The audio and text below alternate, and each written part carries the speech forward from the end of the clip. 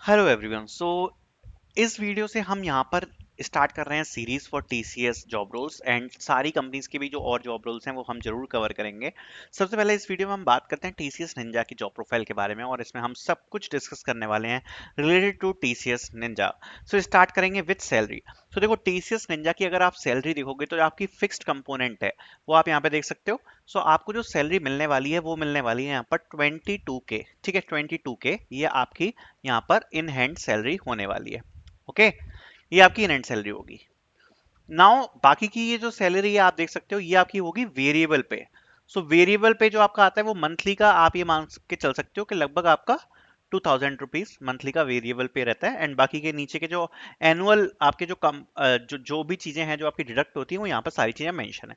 इस हिसाब से जो आपका इन हैंड सैलरी बनता है 22K के हिसाब से के आसपास बनता है। जो ग्रॉस सैलरी होता है वो बनता है आपका 27K। ओके, देन वेरिएबल जो होता है वो आपको ईयर एंड में मिलता है। ठीक है, नाउ अब हम आगे बढ़ते हैं और बाकी की सारी डिटेल्स को डिस्कस करते हैं। तो देखो सैलरी आई थिंक आपको क्लियर होगी कि आपको इन हैंड कितनी मिलेगी, आपका जो आपका टोटल ग्रॉस है वो कितना है, एंड सैलरी अब आपको क्लियर हो गई होगी फॉर टीसीएस निंजा। अब आगे बढ़ते हैं और बात करते हैं यहाँ पर ट्रेनिंग्स की। ठीक है, now taking about trainings, Java foundation, mainframe, SAP, automation testing, manual testing and full stack development, Salesforce, ServiceNow and PMO. Okay, so talking about this, यहाँ पर Java foundation, mainframe, SAP and ये जो सभी technologies दिख रही हैं इनको basically हम बोलते हैं सर्विस लाइन। ठीक है, service line. Not talking about service line, ये क्या होता है? तो देखो मेनली ये सारी जो मेन टेक्नोलॉजीज हैं ये टीसीएस आपको एलोकेट करती है। इसमें से किसी एक टेक्नोलॉजी को आपको एलोकेट किया जाता है। ठीक है, इस एक टेक्नोलॉजी के एलोकेशन के बाद यहाँ पर आपकी ट्रेनिंग से स्टार्ट होती है, राइट? हो सकता है आपको जावा मिल जाए, आपको मेन फ्रेम मिल जाए, एंड ये टोटली रैंडम होता है। मतलब इसमें आपकी नहीं चलेगी, ये टोटली रैंडम प्रोसेस है। मतलब आपको क्या चीज एलोकेट की जाती है। Okay, for an example start करते हैं अब अपन ऑटोमेशन टेस्टिंग से। सपोज आपको यहाँ पर ऑटोमेशन टेस्टिंग एलोकेट की जाती है तो होता क्या है, देखो मेरी बात आप ध्यान से सुनना। When you will gate automation testing, her service line अलग होती है टीसीएस में। तो आपको ऑटोमेशन टेस्टिंग वाली सर्विस लाइन और बिजनेस यूनिट के अंदर का निंजा प्रोफाइल का मतलब असिस्टेंट सिस्टम्स इंजीनियर माना जाएगा। मतलब जिसको भी जितने भी ऑटोमेशन टेस्टिंग वाले प्रोजेक्ट आ रहे हैं उनको अगर निंजा प्रोफाइल के लिए कोई चाहिए तो वो यहाँ से उठा सकता है। ठीक है, आप उस पर्टिकुलर सर्विस लाइन के अंदर आ जाते हो। ओके, साथ ही साथ में आपका जो पूरा ग्रुप रहता है, जितने भी फ्रेशर्स ज्वाइन होंगे उसमें आपके साथ जितने भी फ्रेशर्स होंगे वो वही होंगे जिनको सिमिलर टेक्नोलॉजी मिली है, लाइक ऑटोमेशन टेस्टिंग। आपको जब प्रोजेक्ट एलोकेशन होगा, जब ट्रेनिंग होगा, तो सभी लोगों का सब कुछ साथ साथ होता है। मतलब ट्रेनिंग्स भी साथ होंगी, है ना? और बाद में आपका जो एलोकेशन होगा प्रोजेक्ट वगैरह का वो सब मतलब सिमिलर ही रहता है। तो इसको कहते हैं सर्विस लाइन, और ये काफी ज्यादा इंपॉर्टेंट होती है बिकॉज एक बार जो आपको सर्विस लाइन मिल गई उसको चेंज करना काफी मुश्किल होता है। एंड आपका जो पूरा का पूरा फ्यूचर कैरियर है वो यहीं पर डिपेंड हो जाता है। बिकॉज सपोज आपको जैसे कि ऑटोमेशन टेस्टिंग मिल गई तो आप आगे का पूरा अपना 1-2 साल का काम, जब तक भी आप टीसीएस में रहोगे, 1 साल, 2 साल, 3 साल, आप ऑटोमेशन टेस्टिंग पे कर रहे होगे। फिर आप पूरी जिंदगी भर के लिए ऑटोमेशन टेस्टिंग के डोमेन में चले जाओगे, क्योंकि फिर अगर आपको स्विच भी करना है तो आपको एज अ एक्सपीरियंस्ड हायर भी लोग किस पे हायर करेंगे? Automation testing. काफी लोग इस चीज को इंपॉर्टेंस ज्यादा देते नहीं है, बट मेरे हिसाब से जो सर्विस लाइन और टेक्नोलॉजी होती है ये आपके कैरियर की सबसे इंपॉर्टेंट चीज होती है। बिकॉज जो भी चीज आपको एलोकेट की जाती है आपका फ्यूचर उसी में होता है। तो जब भी आपको जो टेक्नोलॉजी मिले, ठीक है, उसको आप अच्छे से देखना क्या आपको करना है, उसमें क्या नहीं करना है। आपको एक सर्विस लाइन एलोकेट होती है और इस हिसाब को कोई से आपको काम करना पड़ेगा। जो मेजर सर्विस लाइंस हैं टेक में वो मैंने यहाँ पर सारी लिखी हुई हैं। ठीक है, अब आगे बढ़ते हैं और बात करते हैं ट्रेनिंग डेट्स के बारे में। So training duration can be around 7 days to 2 month, depending upon the technologies. जैसे अगर मैं स्टार्ट करूं from Java foundation, Java foundation की जो ट्रेनिंग है वो अराउंड 15 days चलती है ओनली, ज्यादा बड़ी ट्रेनिंग्स नहीं होती हैं। वहीं अगर मेन फ्रेम और एसएपी की बात करें तो इनकी ट्रेनिंग्स यहाँ पर 1 month तक भी जा सकती हैं।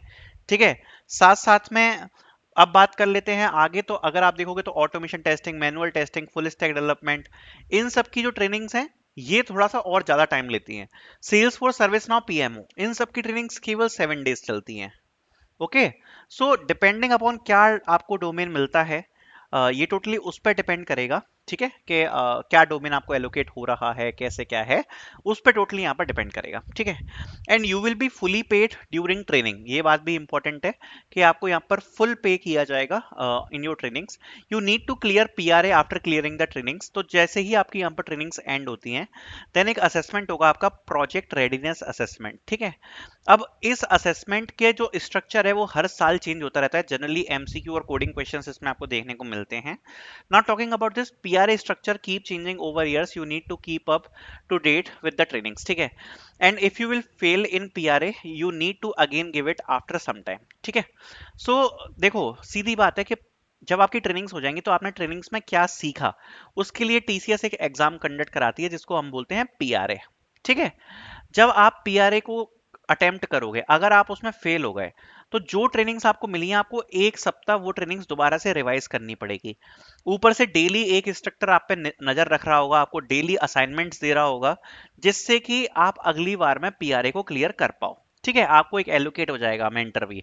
सो ये इंपॉर्टेंट रहता है कि आप असेसमेंट को क्लियर कर पाओ। अगर आप बार बार भी फेल हो रहे हो तो ऐसा नहीं होता, जनरली 2 से 3 बार में आप क्लियर कर ही लोगे मैक्स टू मैक्स। ठीक है, जैसे ही आप पीआरए क्लियर कर लेते हो you will be starting into the project allocation.